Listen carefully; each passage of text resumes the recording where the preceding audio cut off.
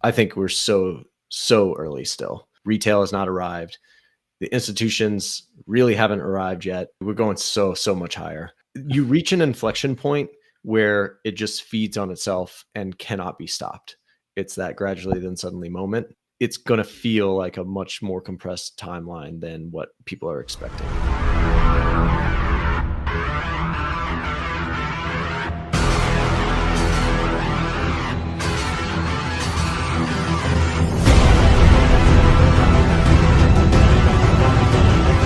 What's going on, guys? K-Dub here with another episode of Crypto Zombie. Welcome back to the channel. Hope you're having a great day today. Now, I wanted to make a video today because I just got to say something that's been on my mind, and that's the fact that we have literally had one of the most bullish months in cryptocurrency's history, and yet no one is talking about it. In fact, if you just look at where we are right here on the charts, Bitcoin is only sitting about roughly 6 to 8%, depending on where you're looking, away from its all-time high, probably closer to around 6%, and yet people are just not interested. They're not talking about Bitcoin and crypto. You're not hearing anybody even care about what's going on right now. Now, you could say that this means that we're early, or that, you know, the majority of the retail is not here yet. But what I want to discuss is that we actually have some major bullish accumulative moves that we can actually prove right now. We can show that there has been massive accumulation, and I'm going to let you know why. We are about to potentially see an absolute massive tidal wave of inflows into Bitcoin and crypto, and yet again, absolute silence. Crickets. No one is talking about it. So you're going to want to stick around to the end of this video today because we got a lot to go over, my friends. In fact, if we just have a look right here, you know, talking about just some bullish structure. So look at this. We had this downward sloping trend, and look, Bitcoin broke above it. It's actually held on this. We started forming another pennant right here, and currently, you know, if I zoom in, this is the only daily candle that has actually come out of this pennant, and look at how big that move is, right? In fact, we told you about this very significant uptrend, and you know, we're kind of running out of time. And once Bitcoin breaks this, well, I've showed you we have some very interesting price targets. In fact, the only reason why I think right now we're not seeing a massive, basically new all-time high is just because the stock market, the S&P specifically, has opened a little bit red this week. So we have a lot to go over today. I'm going to show you absolute proof that it is about to get crazy, even though I know everyone is so bored. Although really, these are the times for accumulation.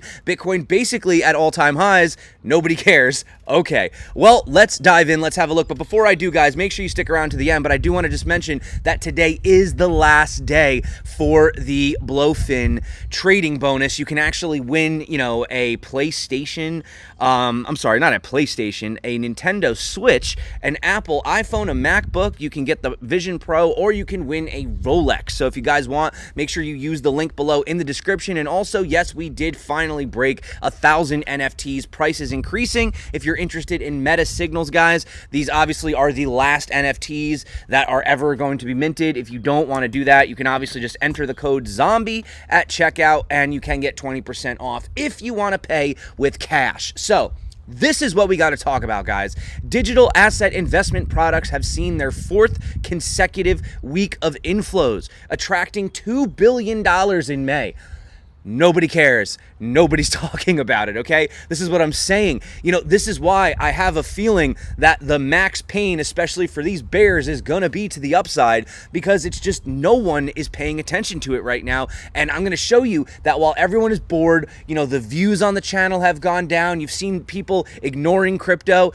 This is what you need to pay attention to, because they have been accumulating. Crypto funds registered 185 million in inflows last week, amounting to $2 billion in May and 15 billion in 2024. Bitcoin continued to attract investor confidence with inflows of 148 million, whereas Bitcoin short products only faced outflows of about 3.5 million, indicating a sustained positive sentiment among the ETF investors. Now, I am going to get to more of the TA in a bit, but I wanted to really quick turn it over to just a very quick segment on Eric Crown's crypto channel, and he actually explains that there is undeniable proof that Bitcoin is being accumulated, not distributed, at these levels. In today's video, we're going to be going over some undeniable proof that Bitcoin is being accumulated above the $60,000 level. And what does that mean for the long term? Well, that is the focus of today's video. And other than that, whenever we have a new monthly, I do want to check in on the accumulation and distribution indicator, which we do have the new tick on this one, of course, for June. And as you can see, the upside curvature remains, suggesting that May, we actually did see May was the month prior.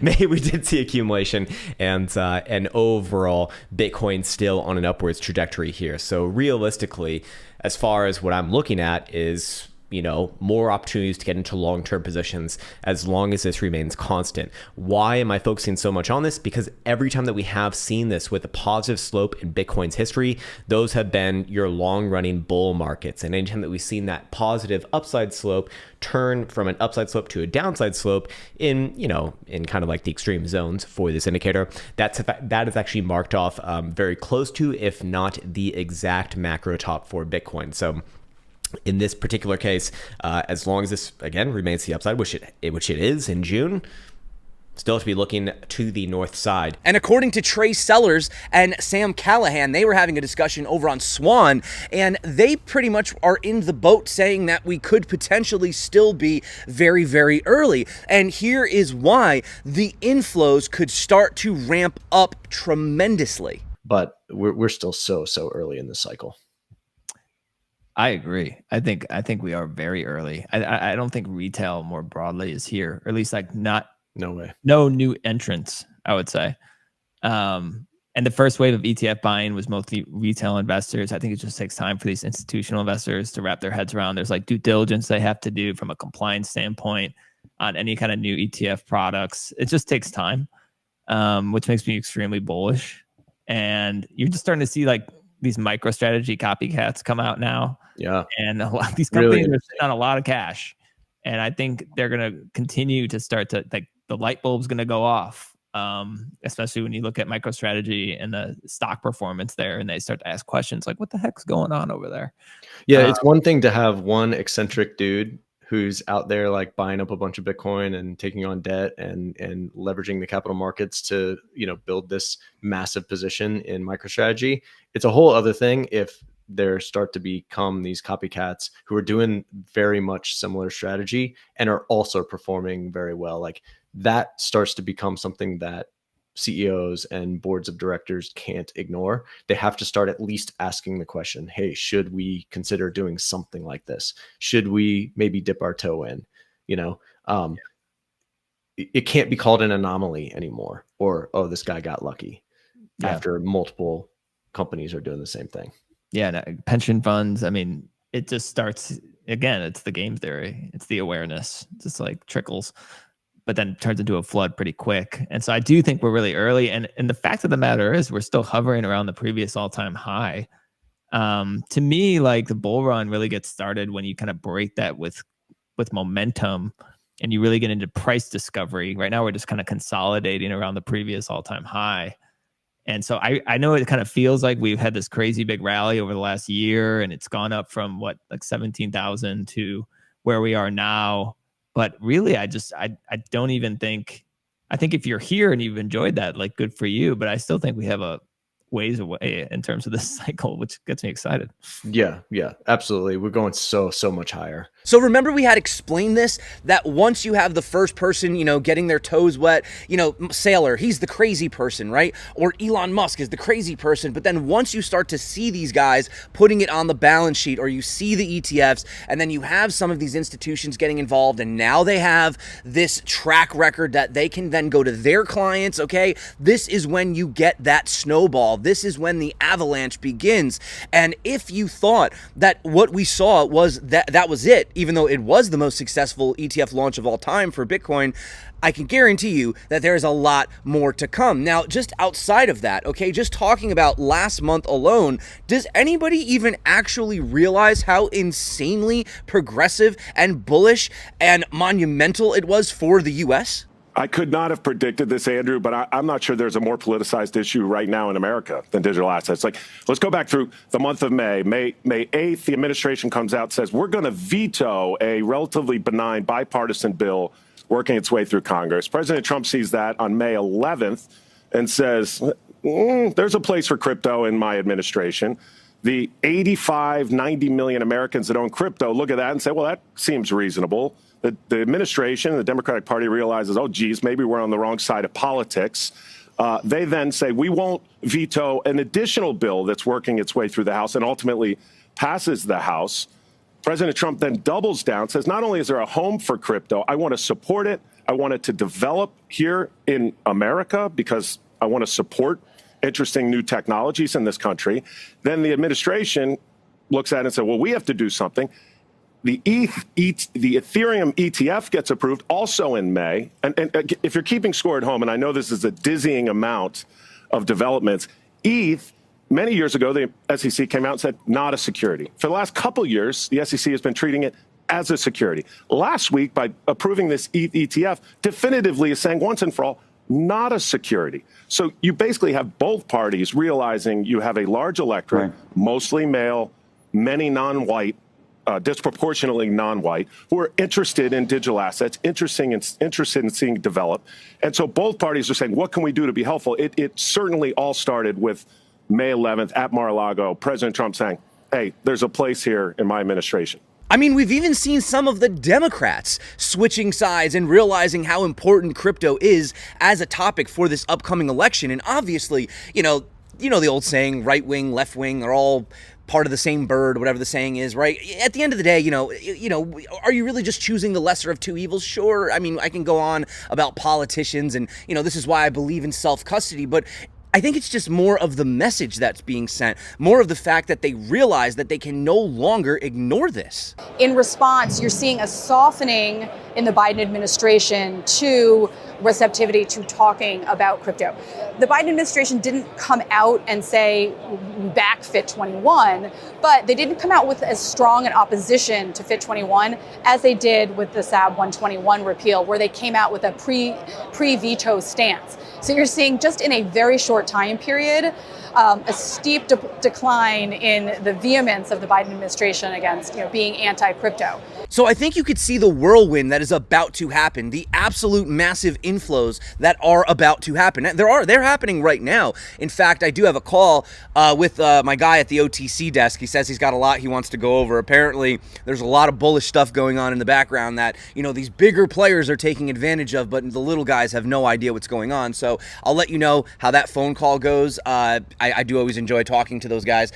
They're very insightful. But, speaking of how the game has changed and how there's a lot of new institutional money to honestly be allocated, but also thrown around. If you just think about extended Bitcoin price projections, right? So we have barely had the majority of the institutions come in. I know everybody says they're all in, they're not. A lot of them are still waiting. Now, you have guys like Fidelity who are saying maybe a 3% allocation, right? Well, Luke Broyles actually broke down that math at a conference recently, and I think you can see where this is going and why this is a lot bigger than most people even care to sort of entertain. The longer-term vision, at least in my personal view, is that of what Fidelity has been talking about, right? Fidelity, I'm a fan of Fidelity. I'm critical of ETFs, but I give Fidelity the credit that at least they're not going with Coinbase.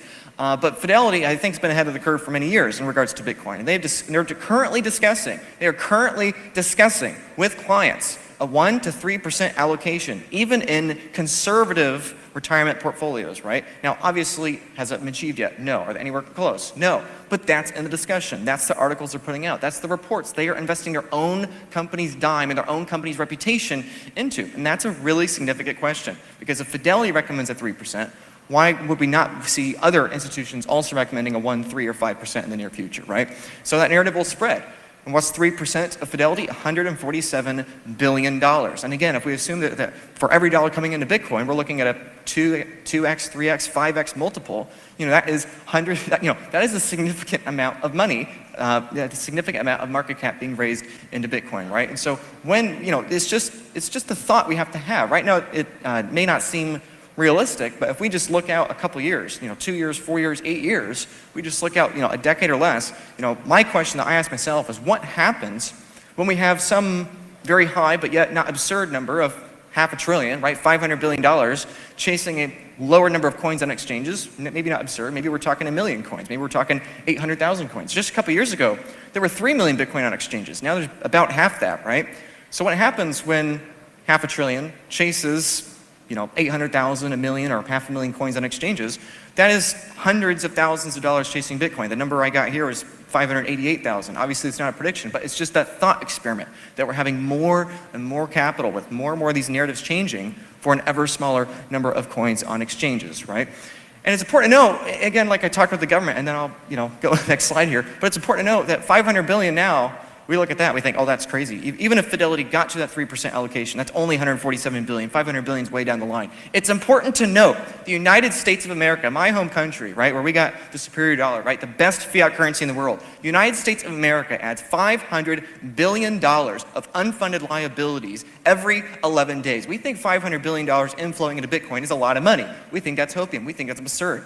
My reminder is that, yes, that 500 billion we're adding every 11 days is not flowing into Bitcoin. It's not going to for a long time, but priced in terms of political currency, there is no top. We're adding more currency all the time, and market cap is downstream of price. And that is really important. I think a lot of people, even on Wall Street, are missing that fact, that market cap could go up indefinitely if the bids for the Bitcoin to be exchanged go up indefinitely. So the ETFs are not the end. That's the point I'm trying to make. They're just the beginning. Again, the governments are a way bigger deal than the ETFs, and the ETFs are the gateway drug to eventually the governments. So, kind of a thought experiment there just for you to think about, right? The ETF's not a big deal for the ETF in of itself. It's a big deal that it's the very big first domino for that viral meme of the, like 5-story domino. So I just want to do some quick TA and then we'll hop on out. Not much has changed. We still remain very, very bullish, guys. Sorry about the wind again. It does this sometimes, and I still don't have a good microphone for out here. But you can see that we do have this money flow coming into the green. And obviously,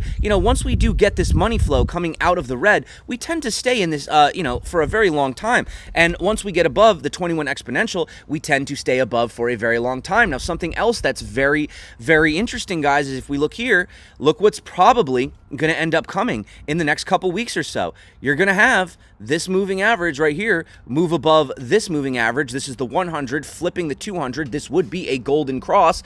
And I think you can see what happens when we are in pink, blue, yellow, green in that exact order. Okay. We tend to go for, quite a long time. So, yeah, that is happening as well. So definitely still bullish on the structure.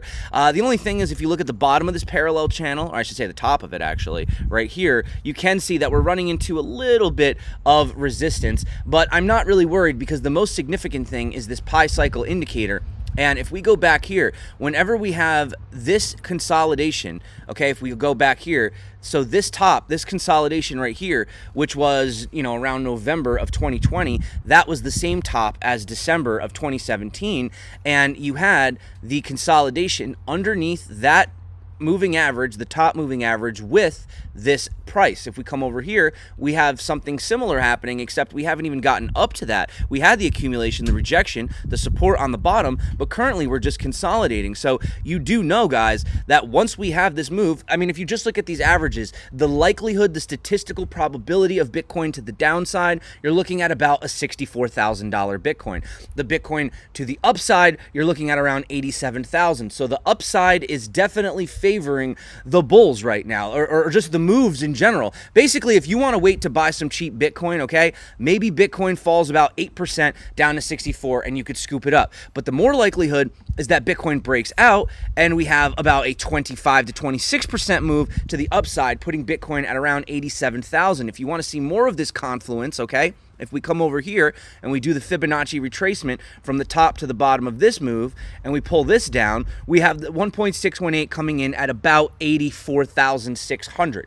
So really, ultimately, you're looking at a Bitcoin price between $84,000 to $87,000 on this next possible move. And again, guys, this is happening while the dollar is breaking down. We're having this candle breaking down. As the dollar continues to weaken, you will see things, risk assets like Bitcoin and crypto and stocks, etc., most likely continuing to move to the upside. So that is it for me today, guys. Again, don't forget to take advantage. This is the last day for the Blowfin trading bonus. If you guys are interested, and Meta Signals is now below 1,000 NFTs. There are only 993 left, and these are the last that will ever be minted, and they're only going to get more expensive in price. They're currently at 1.79 ETH, guys. You don't want to wait until they're 3 ETH each, and inevitably somebody will. But for the deal that you get, you're looking at a lifetime access to these signals versus paying monthly. So that's it for me, guys. Thank you so much for coming back to the channel. Hope you're having an awesome